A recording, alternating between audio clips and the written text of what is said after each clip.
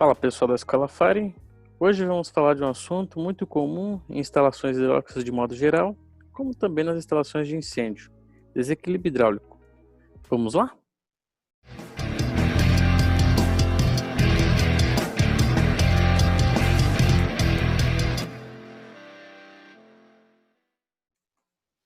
Bem, para a gente entender esse assunto, a gente vai aplicar um exemplo aqui, utilizando isométricas de chuveiros automáticos.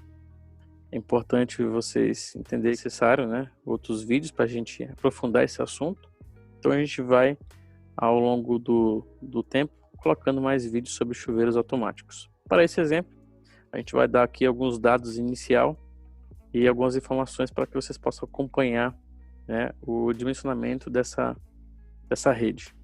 Veja lá que temos a isométrica, no ponto P2 se deriva para o bico P3, que a gente está classificando como P3, e também vai derivar para o ponto P1.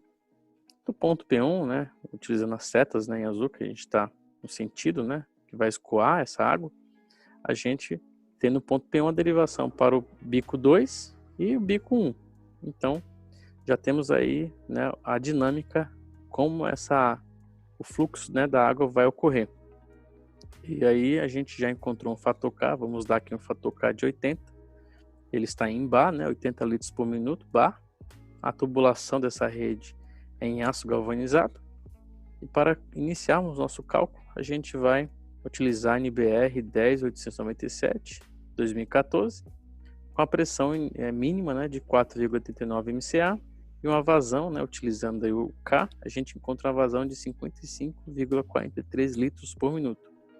Lembrando, pessoal, que é dimensionado com a unidade em bar, porém aqui a gente já vai tá transformando a unidade em MCA, tá ok? Então a gente vai passar agora a dimensionar os trechos, Então, temos aí o bico 1, ele exige 4,89 MCA, uma vazão de 55,43 litros por minuto. Utilizando a setinha, é o sentido que a gente vai dimensionar, temos uma tubulação de 32 milímetros. E aí você tem lá razões, para quem ainda não está familiarizado com esses assuntos, veja os outros vídeos que estão no nosso canal falando sobre dimensionamento de redes de hidrantes, que é muito parecido com isso, tá? Então, com base na nossa vazão e no diâmetro da tubulação e a rugosidade, a gente aplica razões e vamos encontrar uma perda de carga de 0,571 MCA. A elevação é de menos 0,50. Com esse dimensionamento a gente encontra no trecho, no ponto 1, a gente chega com a pressão de 4,96 MCA e uma vazão de 55,43 litros por minuto. Para o trecho do bico 2 para o ponto 1, temos lá uma pressão inicial ainda utilizando a da norma de 4,89 e a vazão também é a mesma de 55,43 litros por minuto. E aí a gente aplica novamente razões e encontra a perda de carga nesse trecho de 0,149 MCA. A elevação também é a mesma. Aí, então a gente vai ter lá no ponto P1 uma pressão de 4,53 MCA e um volume, uma vazão de 55,43 litros por minuto. Agora no final, veja que a gente vai ter agora esse desequilíbrio, ou seja, para os trechos, cada trecho exige uma pressão diferente. Veja lá, para atender o bico 2, a gente tem que ter no ponto 1 4,53 e para atender o bico 1 temos que ter 4,96 MCA. Então, não tem como você atender essa pressão em um ponto, essa mesma pressões diferentes em um mesmo ponto. E aí a gente tem esse desequilíbrio, para atender os dois bicos, no ponto 1, temos que ter uma só pressão. Então, como nós vamos fazer para corrigir esse equilíbrio na rede? Utilizando a fórmula do fator K, vamos aplicar apenas para o trecho que tem a pressão menor, que é o trecho B1, quer dizer, B2, B1, que é do bico 2 para o ponto 1. Então, utilizando um processo de iteração, a gente vai aplicar nessa fórmula aí de K igual a vazão dividido por raiz de P. A gente vai ter lá a vazão inicial, que era de 55,43. A pressão era em bar, mas a gente transformou em CA de 4,89. Isso é a pressão que está lá. Então, o que a gente vai fazer? A gente vai subir a vazão. Quando a gente sobe a vazão, a pressão passa a ser lá no bico inicialmente, ele também sobe. Então, ou seja, vamos para a primeira tentativa. Eu vou aplicar 56,20 litros por minuto. A pressão no bico, né, passa a ser agora de 5,03. Então a gente subiu a pressão inicialmente lá no bico. Utilizando razões, a gente agora temos a perda de carga de 0,153 MCA. A elevação ainda é a mesma. Então lá no ponto 1, vamos ter agora uma pressão de 4,68 MCA. Ainda não atendeu, né? Porque temos que atender a pressão do outro bico, né? Que é maior. Então a gente de novo, né? Passa outro valor para a vazão. Vamos agora colocar agora um valor de 58. A pressão no bico 2 passa a ser agora de 5,36 e a perda de carga de 0,169 MCA. A elevação também é a mesma. Agora a pressão lá, final no ponto 1, é de 5,02. Ok, a gente atendeu, pois exige lá, né, no trecho B1, P1, 4,96 MCA. E agora esse novo dimensionamento apresenta uma pressão de 5,02. Ok.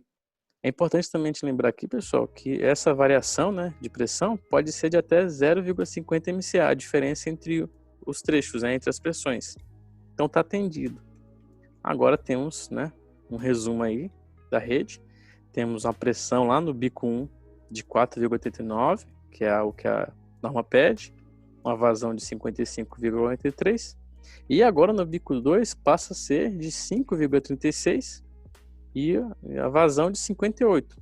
Então lá no ponto P1 vamos ter a vazão maior, que é de 5,02, e o volume é a soma dos dois, né? O volume é a soma dos dois bicos, então passa a ser de 113,43 litros por minuto. E aí agora a gente podemos transportar esse valor para o próximo trecho, né, que a gente vai verificar agora. Então, agora o trecho entre o ponto 1 e o ponto 2, temos lá uma pressão, né, já inicial, de 5,02 lá no ponto P1, e a vazão agora de 113, que é dos dois bicos, né? E a gente aplica razões, pois temos aí os valores, né, para fazer isso, e encontramos a perda de carga de 0,820 MCA, e a elevação é zero. E aí a gente passa lá para o ponto P2, uma pressão de 5,84, e o volume ainda se mantém de 113,43 litros por minuto. Agora vamos dimensionar do bico 3 para o ponto 2, conforme a seta lá em azul indica.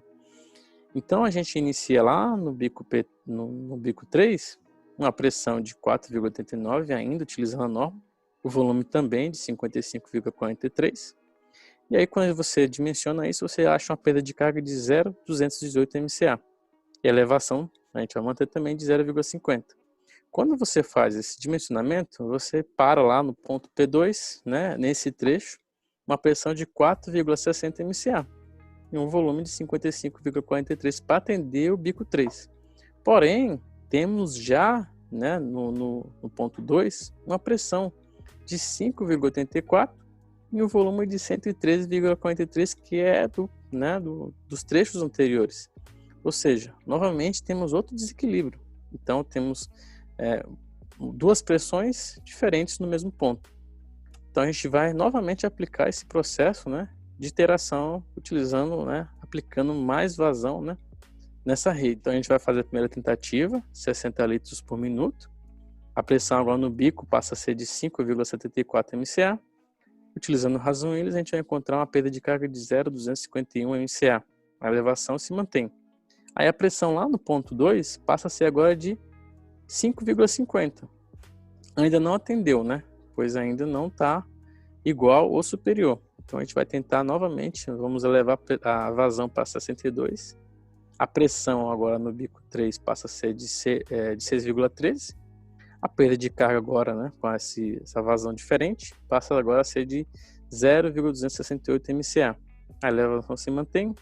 A gente faz o dimensionamento e encontra lá uma pressão lá no ponto 2 de 5,89 MCA. Agora temos equilíbrio. Veja que tínhamos lá um valor de 5,84 e agora temos um novo valor de 5,89 atendido. Então, a gente vai fazer agora um resumo, né? Até aqui, como a gente dimensionou isso. Então, O bico 3 passa agora a ser uma pressão de 6,13 e ele exige um volume de 62. E aí, do trecho P1 e P2, temos os dois bicos, né? Uma vazão que é, para atender esses dois bicos 1 e 2, precisamos ter nesse trecho 113,43 litros por minuto. Então a gente vai somar 62 com mais 113,43 litros por minuto, vai dar 175,43 litros por minuto. E a pressão é a pressão que a gente encontrou no nosso dimensionamento lá para equilibrar a rede, de 5,89 MCA. Aí continua-se transportando essa pressão e essa vazão para os demais trechos. E aí você vai equilibrando a rede até um ponto onde você deseja chegar. Pessoal, para quem gostou, a gente vai colocar mais vídeos sobre assuntos de chuveiro automático. Porém, a gente precisa que vocês façam os comentários de vocês, se inscrevam no nosso canal também para fortalecer, né, o nosso trabalho. E espero que vocês gostem aí do nosso conteúdo. Para quem ainda não tem ainda esse curso completo, acesse lá o nosso site, temos um curso completo sobre dimensionamento de redes hidrantes. Obrigado, pessoal. Até a próxima. Tchau, tchau.